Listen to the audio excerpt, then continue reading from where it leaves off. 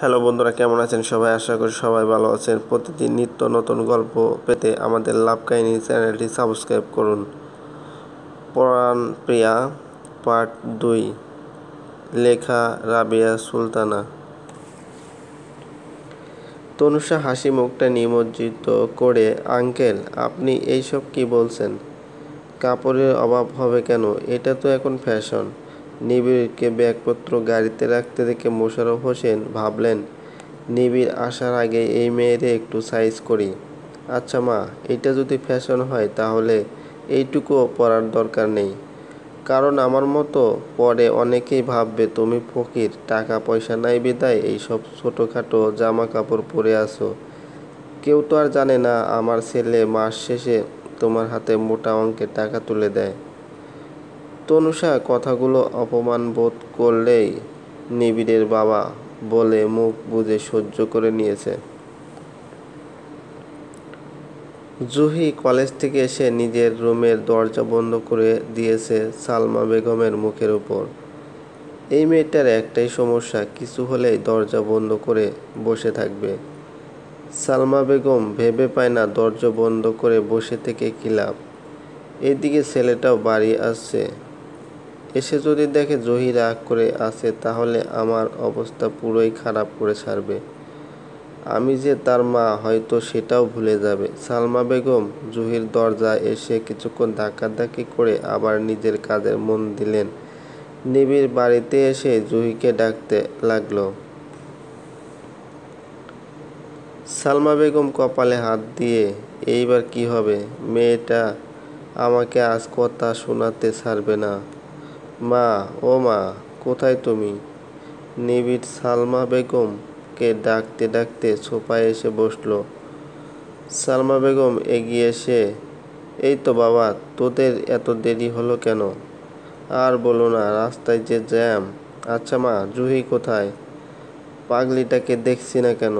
সালমা বেগম ঢোক গিলে, কি বলি বল। কলেজে কি হয়েছে কে জানে, সেখান থেকে এসে দরজা বন্ধ করে আছে। আর তুই তো জানিস ওর রাগ কিংবা মন খারাপ হলেই এমন করে। নিবিড় সালমা বেগমকে কিছু না বলে জুহির রুমের দরজার সামনে দাঁড়িয়ে, জুহি, এই জুহি, ভাইয়া আসার পরেও দরজা খুলবি না?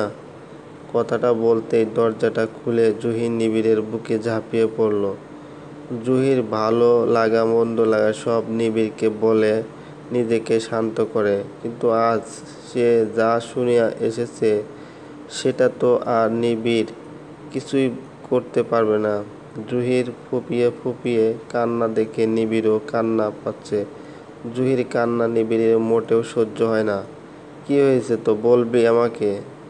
জুহিকে এনে খাটে বসালো। মোশাররফ হোসেন আর সালমা বেগম এসে দাঁড়িয়েছে। কেউ কিছু বলছে না।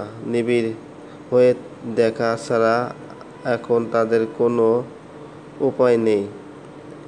নিবিড় জুহির চোখ মুছে দিয়ে আদুরে গলায় বলল, কি হয়েছে বোন, বল না। আমাদের কলেজের ম্যাডামের বিয়ে হয়ে যাচ্ছে। কথাটা বলে বলে আবার কান্না করতে শুরু করলো। জুহি, ম্যাডামের বিয়ে হবে না? ওনার তো বিয়ে আরও আগেই করা উচিত ছিল। এখন হয়তো ওনার মনে হয়েছে বিয়ে করার সময় হয়েছে, করুক না, তাতে তোর ক্ষতি কি? উনি বিয়ে করলে আমায় কি আর আগের মতো ভালোবাসবে? সব তো ওনার বরকেই দিয়ে দিবে। জুহির কথা শুনে নিবিড় না হেসে পারল না, ছোট্ট একটা হাসি ফুটিয়ে তোলে। বলো, তুই কি এখনো বাচ্চা? আমায় বলতো। জুহি, মানুষের বিয়ের একটা বয়স থাকে, উনি কিন্তু সেটা অনেক আগেই পার করে আসতেছে। এখন হয়তো ওনার মনে হয়েছে বিয়েটা করা ওনার জন্য খুব জরুরি। এতে তুই কিংবা কেউ বাধা দিতে পারিস না ওনার।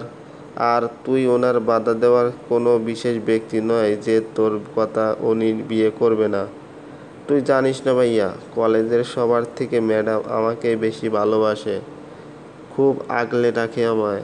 তোকে একদিন বলেছিলাম না এই ম্যাডামের কথা? আমার এখন মনে নেই। আচ্ছা, এখন তুই কি করে জানলি তোর ম্যাডামের বিয়ে? ম্যাডাম আমায় দাওয়াত করেছে, বলেছে সবাইকে নিয়ে যেন আমি ওনার বিয়েতে যাই। এখন তুই বল, ওনার বিয়ের দাওয়াত খেতে গেলে কি আমার কষ্ট হবে না? কথাটা শুনে নিবিড় হা হা করে হেসে, আচ্ছা ঠিক আছে, তোর ম্যাডামের সাথে আমায় কথা বলিয়ে দিস, তখন বলবো ম্যাডাম আপনি আমার বোনকে ছেড়ে যাবেন না, সে আপনার প্রেমে হাবুডুবু খাচ্ছে। ভাইয়া। নূরজাহান বেগম প্রিয়তার কথা মতো ঘরোয়াভাবেই বিয়ের আয়োজন করলেন। গায়ে হলুদের দিনও কেউ কলেজে যায় নূরজাহান বেগম সেটা ভেবেই পায় না। বয়স হয়েছে তো কি হয়েছে, একটু আনন্দ করতে দোষ কি? ইভা আর অনিলাম সকালেই বাপের বাড়ি চলে এসেছে। এসেই প্রিয়তাকে না দেখে নূরজাহান বেগমকে গাদা কথা শুনিয়ে দিল। এবার মেয়ে উপমা নিজের মাকে এইভাবে বকাঝকা করতে দেখে, মা তুমি শুরু করেছটা কি? খালামণি তো একটু পর চলেই আসবে, তাই না? উপমা, তোকে কেউ এখানে কথা বলতে ডাকেনি, যা এখান থেকে। উপমা গম্ভীর হয়ে নূরজাহান বেগমের কাছে চলে গেলেন। প্রিয়তা ক্লাস শেষ করে বাহিরে আসতে জুহি পিছন থেকে ডেকে উঠল, ম্যাডাম। প্রিয়তা পিছনে ফিরে তাকিয়ে জুহিকে দেখে মুচকি হেসে, জুহি। জুহি কিছু না বলে ছলছল চোখে কিছুক্ষণ তাকিয়ে থেকে দৌড়ে এসে প্রিয়তাকে জড়িয়ে ধরল। প্রিয়তা কিছুটা অবাক হয়ে স্তব্ধ হয়ে আছে। কি হয়েছে মেয়েটার? আস্তে করে পিঠে হাত দিয়ে জড়িয়ে, কি হয়েছে জুহি, তুমি কাঁদছো কেন? কলেজে কেউ কিছু বলেছে?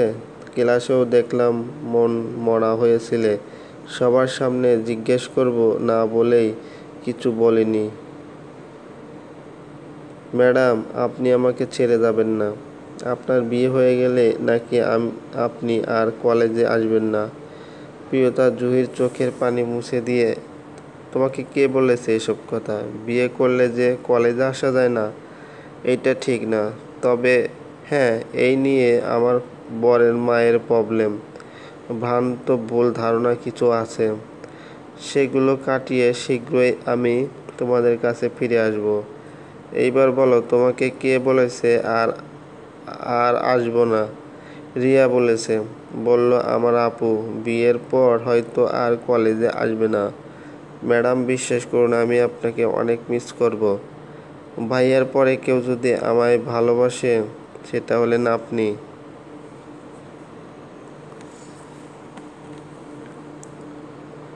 পাগলি মেয়ে, তুমি এক কাজ করো, আজ বিকেলেই আমাদের বাসায় চলে আসো। তোমার বাসার নাম্বারটা দিও তো, আমি কথা বলে তাদের ইনভাইট করব।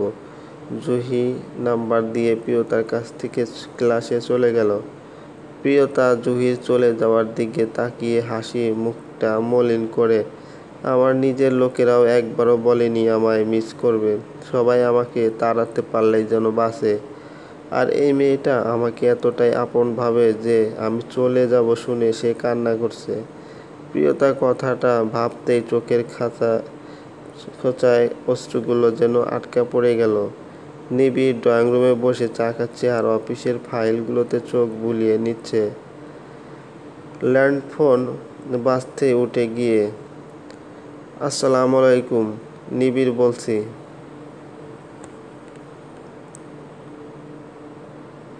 ওয়ালাইকুম আসসালাম, আমি প্রিয়তা, জহির ম্যাডাম বলছি। আপনি সেই ম্যাডাম? কোন ম্যাডাম? না মানে আপনার বিয়ে হওয়ার কথা, তাই না? প্রিয়তা কিছুটা সময় নিয়ে, জি, আমি জুহির ভাই। আপনি জানেন আপনার জন্য জুহি অনেক কান্নাকাটি করে, আসলে আপনাকে অনেক ভালোবাসে। আর জুহি যদি কাউকে একবার ভালোবেসে তাকে নিজের কাছ থেকে হারাতে চায় না সহজে। সেটা আমি বুঝতে পেরেছি। আর ও খুব ভালো একটা মেয়ে। ঠিক, কিন্তু আপনার সাথে তো অনেক কথাই বলে ফেললাম। কী কারণে ফোন দিয়েছেন সেটাই জানা হলো না।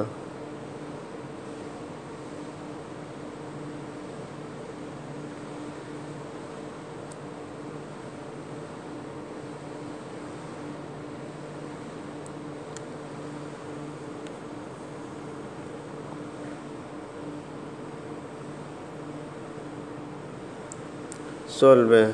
বন্ধুরা, আমাদের এই গল্পটি যদি ভালো লাগে অবশ্যই লাইক কমেন্ট শেয়ার করবেন। আরেকটি কথা, আমাদের চ্যানেলটি যদি সাবস্ক্রাইব না করে থাকেন প্লিজ সাবস্ক্রাইব করুন। ধন্যবাদ।